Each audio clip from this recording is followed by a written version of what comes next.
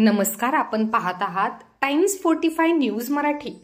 श्री क्षेत्र तुळजापूर येथे श्रीराम प्रभू लक्ष्मण व माता सीतेच्या मूर्तीचे उत्साहात स्वागत। प्रभू श्रीरामचंद्र लक्ष्मण व माता सीतेच्या मूर्तीचे आगमन श्री क्षेत्र तुळजापूर येथे झाले असून मोठ्या उत्साहात स्वागत करण्यात आले। आगमनानंतर श्रीरामचंद्र लक्ष्मण व माता सीतेच्या मूर्तीचे महंत मौजीनाथ बाबा व्यंकट आरण्य महाराज यांच्या शुभ हस्ते पूजन संपन्न झाले।